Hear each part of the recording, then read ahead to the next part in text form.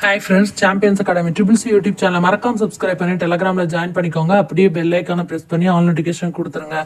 அப்பதான் நம்ம போடக்கூடிய எல்லா classes, online test, உங்களுக்கு ஃப்ரீ மெட்டீரியல்ஸ் எல்லாமே வந்து உங்களுக்கு உடனுக்குடன் வரும். ஸோ எஜிடி எக்ஸாமை எப்படி ஃபர்ஸ்ட் அட்டம்ப்ட்ல கிராப் பண்ணுறது அப்படின்னு சொல்லிட்டு தான் நம்ம வந்து ஸ்டடி பிளான் போட்டிருந்தோம். அதோட லிங்க் நான் டிஸ்கிரிப்ஷனில் கொடுத்துருக்கேன், கிளிக் பண்ணி ஜாயின் பண்ணிக்கோங்க. டெலகிராம் குரூப்போட லிங்க் வந்து டிஸ்கிரிப்ஷனில் இருக்குது. ஸோ அதுவும் கிளிக் பண்ணி ஜாயின் பண்ணிக்கோங்க. எவ்ரிடே வந்து எஜிடி எக்ஸாமுக்கு வந்து நம்மளோட பிளான் படி டெய்லி வந்து 3 ஃப்ரீ ஆன்லைன் கிளாஸ் போட்டுட்ருக்கோம். ஸோ தொடர்ந்து பார்த்துட்டே இருங்க. ஓகே, நம்ம இப்போ பார்க்கக்கூடியது என்ன அப்படின்னா 1 to 5th உள்ள எதிர்பார்க்கக்கூடிய சமூக அறிவியல் வினாக்கள் பார்க்க போகிறோம். இதை வந்து நம்ம வந்து இந்த வகுப்பில் வந்து நம்ம வந்து முக்கியமான பாயிண்ட்ஸாகவே பார்க்குறோம். ஓகேவா? ஓகே, நமது இந்தியா அப்படிங்கிறதுல வந்து நம்ம என்ன முக்கியமாக பார்க்கணும்னா ஃபர்ஸ்ட் வந்து சுதந்திர தினம். அது நம்மளுக்கு எப்போ கிடைச்சிச்சு? ஆகஸ்ட் 15, 1947 விடுதலை பெற்ற நாள். இந்தியா வந்து விடுதலை பெற்ற நாள் தான் நம்மளுக்கு சுதந்திர தினம் அப்படின்னு சொல்லி சொன்னாங்க. அடுத்து காந்தி ஜெயந்தி. காந்தி ஜெயங்கிறது அக்டோபர் 2 மகாத்மா காந்தியோட பிறந்த நாள் தான் வந்து காந்தி ஜெயந்தியை கொண்டாடுறோம். குடியரசு தினம்.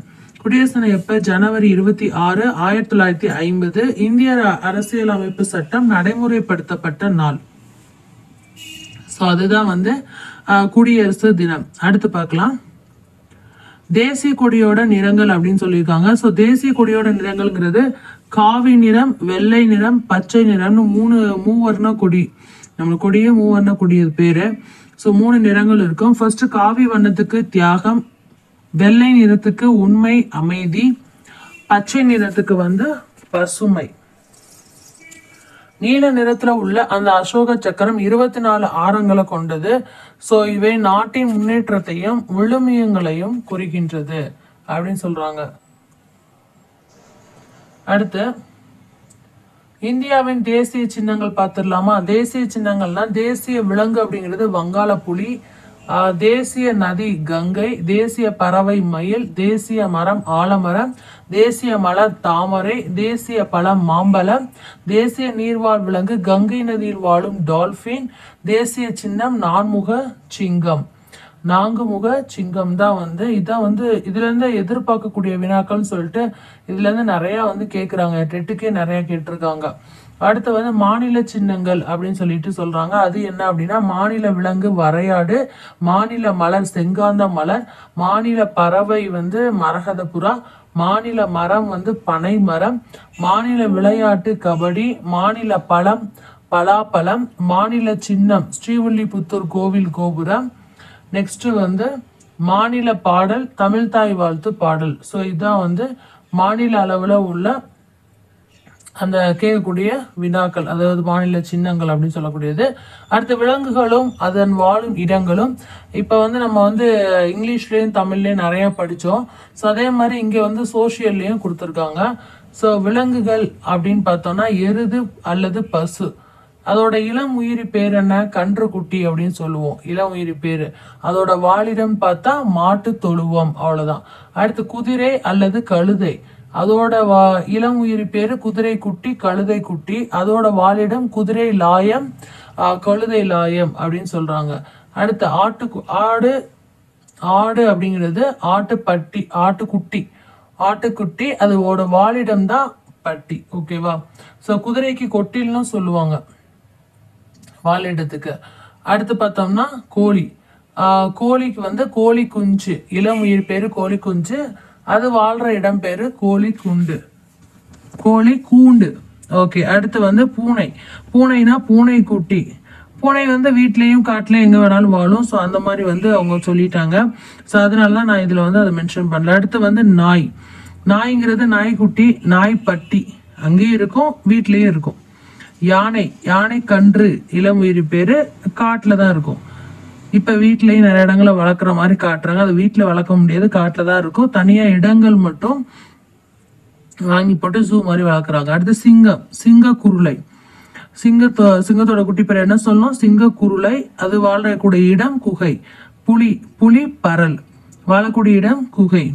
மீன் குஞ்சு, வாழக்கூடிய இடம் குளம் அல்லது கடல். அடுத்து தவளை. அதோட குட்டியை எப்படி சொல்லுவோம்? தலைப்பிரட்டை சொல்லுவோம்ல, தலைப்பிரட்டை வடிவம்னு. தலைப்பிரட்டை. அது வாழக்கூடிய இடம் குளம். அடுத்து ஊராட்சி மன்றம். ஊராட்சி அமைப்பின் அடிப்படையில் கிராம ஊராட்சி இருக்கும். இது கிராம மக்களுக்கு அடிப்படை வசதிகளை தான் வழங்குது. ஊராட்சி மன்றங்கிறது கிராம மக்களுக்கு அடிப்படை வசதியை வழங்கும். இதுதான் கிராம ஊராட்சின்னு சொல்லுவாங்க. 73வது இந்திய அரசியலமைப்பு சட்ட திருத்தம் ஏப்ரல் 1993 நடைமுறைக்கு வந்தது. 73வது இந்திய அரசியலமைப்பு சட்ட திருத்தம் ஏப்ரல் 1993 நடைமுறைக்கு வந்துச்சு. 73வது இந்திய அரசியலமைப்பு சட்ட திருத்தத்தின் முக்கிய அம்சமாக பஞ்சாயத்து ராஜ்யத்தின் 3 அடுக்கு பஞ்சாயத்து முறை வந்தது. ஸோ ஓகே, 3 அடுக்கு பஞ்சாயத்து முறை ஆகும். ஒவ்வொரு கிராம ஊராட்சியும் 500 மற்றும் 500க்கு மேற்பட்ட மக்களை கொண்டிருக்கும். ஒவ்வொரு கிராம ஊராட்சியும் 500க்கு மற்றும் 500க்கு மேற்பட்ட மக்களை கொண்டிருக்கும். மாவட்ட அளவிலான மாவட்ட ஊராட்சி, ஜில்லா பரிஷத், வட்டார அளவிலான ஊராட்சி ஒன்றியத்துக்கு வந்துச்சு பஞ்சாயத்து சமிதி. வட்டார அளவுனா கிராம அளவில் கிராம ஊராட்சி. அப்ப 3 இருக்கு, 3 வகை சொன்னாங்களே. மாவட்ட அளவில் மாவட்ட ஊராட்சி, ஜில்லா பரிஷத். அடுத்து வட்டார அளவில் உள்ளது ஊராட்சி ஒன்றியம், பஞ்சாயத்து சமிதி. அடுத்து கிராம அளவில் கிராம ஊராட்சி. அடுத்து பார்த்தா மொத்தம் 12,620 கிராம ஊராட்சிகள் தமிழ்நாட்டில் இருக்கு. தமிழ்நாட்டில் மொத்தம் எத்தனை கிராம ஊராட்சிகள் இருக்கு? 12,620. அடுத்து கிராம மக்கள் ஊராட்சி மன்ற தலைவரையும் உறுப்பினர்களையும் நேரடி தேர்தல் மூலம் தேர்ந்தெடுக்கின்றனர். அவர்களின் பதவிக்காலம் 5 ஆண்டுகள். சோ கிராம மக்கள் ஊராட்சி மன்ற தலைவரையும் உறுப்பினர்களையும் நேரடி தேர்தல் மூலம் தேர்ந்தெடுக்கிறாங்க. அவங்களோட பதவிக்காலம் 5 ஆண்டுகள். அடுத்து கிராம சுயராஜ் என்ற வார்த்தை முதலில் மகாத்மா காந்தியால் அறிமுகப்படுத்தப்பட்டது. அடுத்து சரணாலயங்கள்,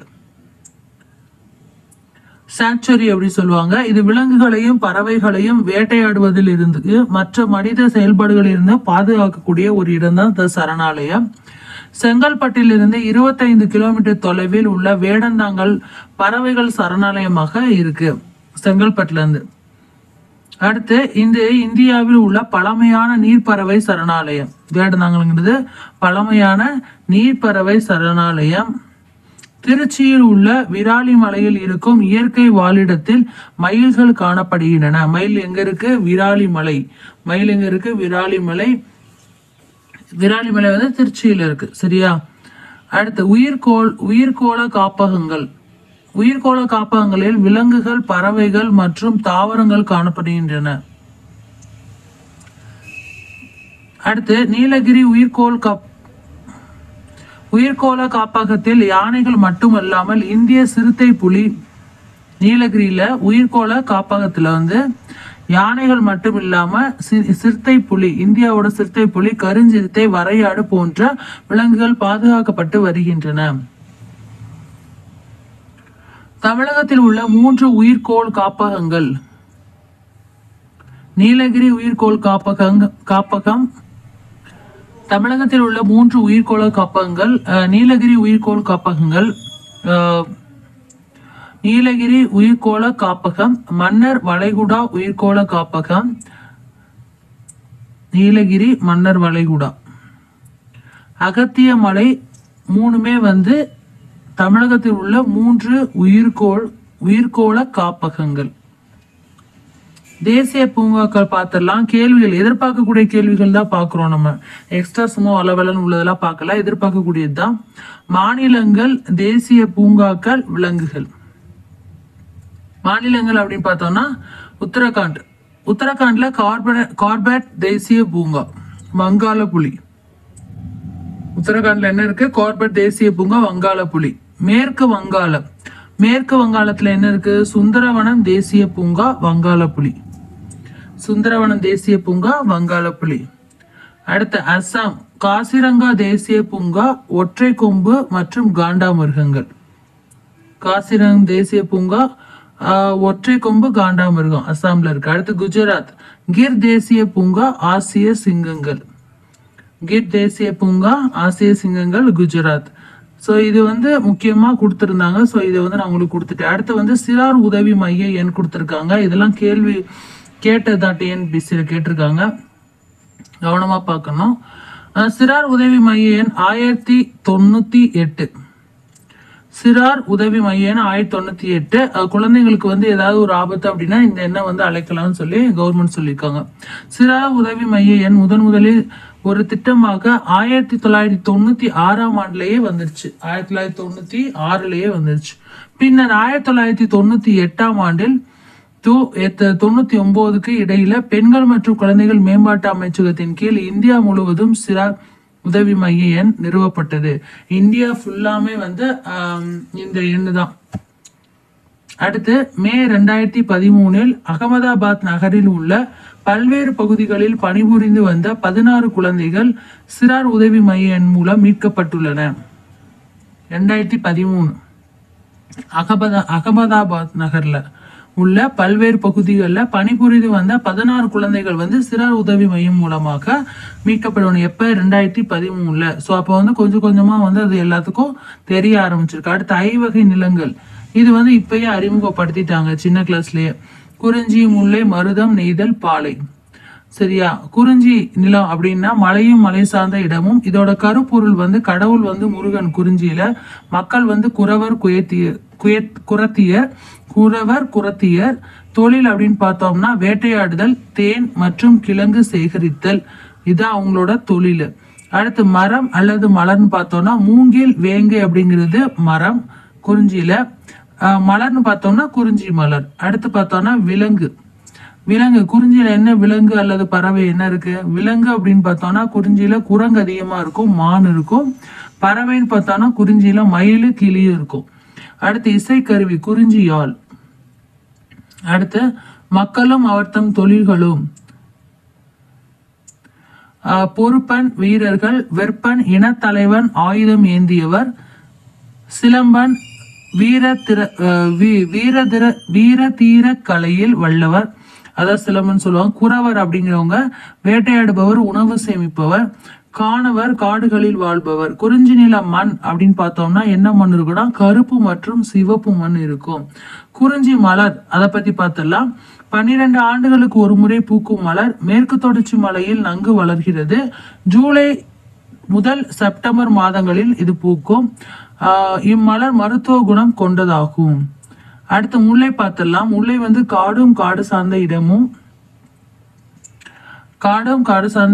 கருப்பொருள் அப்படின்னு பார்த்தோம்னா கடவுள் வந்து திருமால், மக்கள் இடையர், இடைச்சியர், ஆயர், ஆய்ச்சியர், அதான் முல்லை நிலம். தொழில் பார்த்தோம்னா கால்நடை மேய்த்தல், அப்புறம் பழங்கள் சேகரித்தல், திணைப்பையில் வளர்த்தல். ஸோ இது மூணுமே வந்து இவங்களுடைய தொழில். எந்த நிலம்? முல்லை நிலம். முல்லை நிலத்தில் ஒரு மரம் அல்லது மலர்னு பார்த்தோம்னா மரம் வந்து கொய்யா, மலர் வந்து முல்லை மலர்.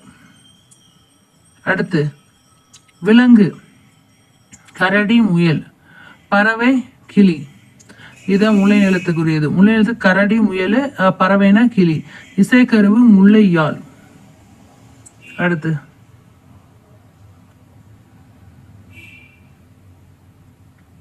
மக்களும் அவர்தம் தொழில்களும். இடையர் பால் விற்பவர், ஆயர் கால்நடை மேய்ப்பவர். முல்லை நில மண் செம்மண். இடையனா பால் விற்பவர், ஆயர்னா கால்நடை வைப்பவர், முல்லை நில மண் வந்து செம்மண். தமிழ்நாட்டோட காடுகள் அப்படின்னு பார்த்தோம்னா சதுப்பு நில காடுகள் பிச்சாவரம் கடலூர் மாவட்டம், மலைக்காடுகள் நீலகிரி மாவட்டம், காப்பு காடுகள் கன்னியாகுமரி மாவட்டம், ஈரக்காடுகள் கோயம்புத்தூர் மற்றும் நீலகிரி மாவட்டம். தமிழ்நாட்டில் உள்ள காடுகள் அப்படின்னு சொல்றாங்க. இதுல வந்து சதுப்பு நில காடுகள், மலைக்காடுகள், காப்பு காடுகள், ஈரக்காடுகள் அப்படின்னு சொல்லி 4 வகையான முக்கியமான காடுகள் கொடுத்துருக்காங்க.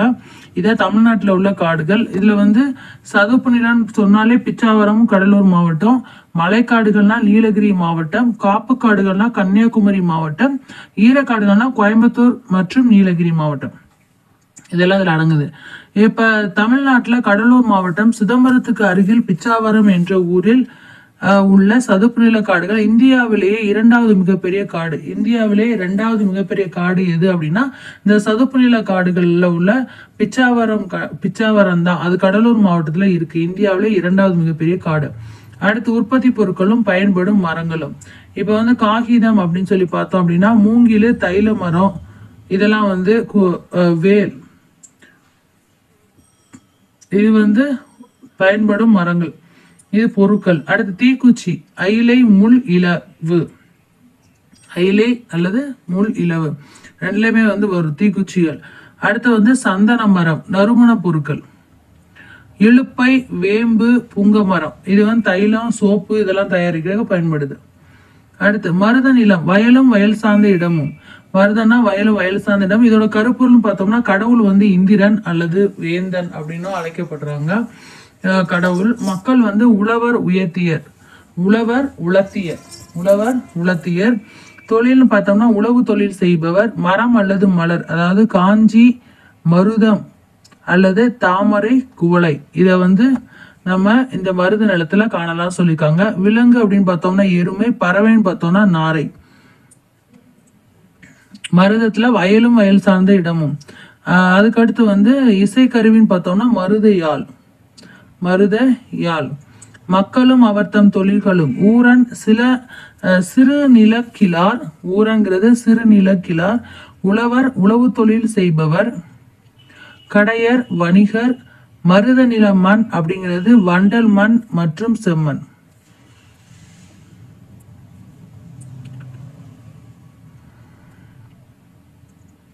அடுத்து வந்து கல்லணை. கல்லணை நீர்த்தேக்கம் தமிழ்நாட்டில் தஞ்சாவூர் மாவட்டத்தில் காவிரி ஆற்றின் குறுக்கே கட்டப்பட்டுள்ளது. இதன் நீளம் 1080 அடி, அகலம் 66 அடி, உயரம் 18 அடி. இந்த நீர்த்தேக்கம் உலக அளவில் 4வதாக இடம்பெற்றுள்ளது. அடுத்து நெய்தல். நெய்தலுக்கு வந்துடலாம். கடலும் கடல் சார்ந்த இடமும். ஸோ இதோட கருப்பொருள் அப்படின்னு பார்த்தோம்னா நெய்தல்ல வந்து கடவுள் வந்து வருணன், மலைக்கடவுள். மக்கள் வந்து பரதவர், அதாவது மீனவர். தொழில் மீன் பிடிக்கிறது, ஏன்னா கடல் தான் இருக்கு. மரம் அல்லது மலர், அதாவது புன்னை மரம், காந்தல் மலர். விலங்கு அப்படின்னு பார்த்தோம்னா மீன், கடை, காகம், விலங்கு, பறவை. ஓகே. அடுத்து இசை கருவின்னு பார்த்தோம்னா விளிரியாழ், அதான் வந்து நெய்தல் நிலத்துக்குரியது. மக்களும் அவர் தம் தொழில்களும். சேர்ப்பன், சேர்ப்பன் கடல் உணவு வணிகர். புலம்பன், சேர்ப்பன் கடல் உணவு வணிகர். புலம்பன் தென்னை தொழில் செய்பவர். பரதவர் கடற்போர் வீரர், வணிகர். நுழையர் மீன் தொழில் செய்பவர். அளவர் உப்பள தொழில் செய்பவர். நெய்தல் நிலமண், உவர்மண். அடுத்து கடற்கரை.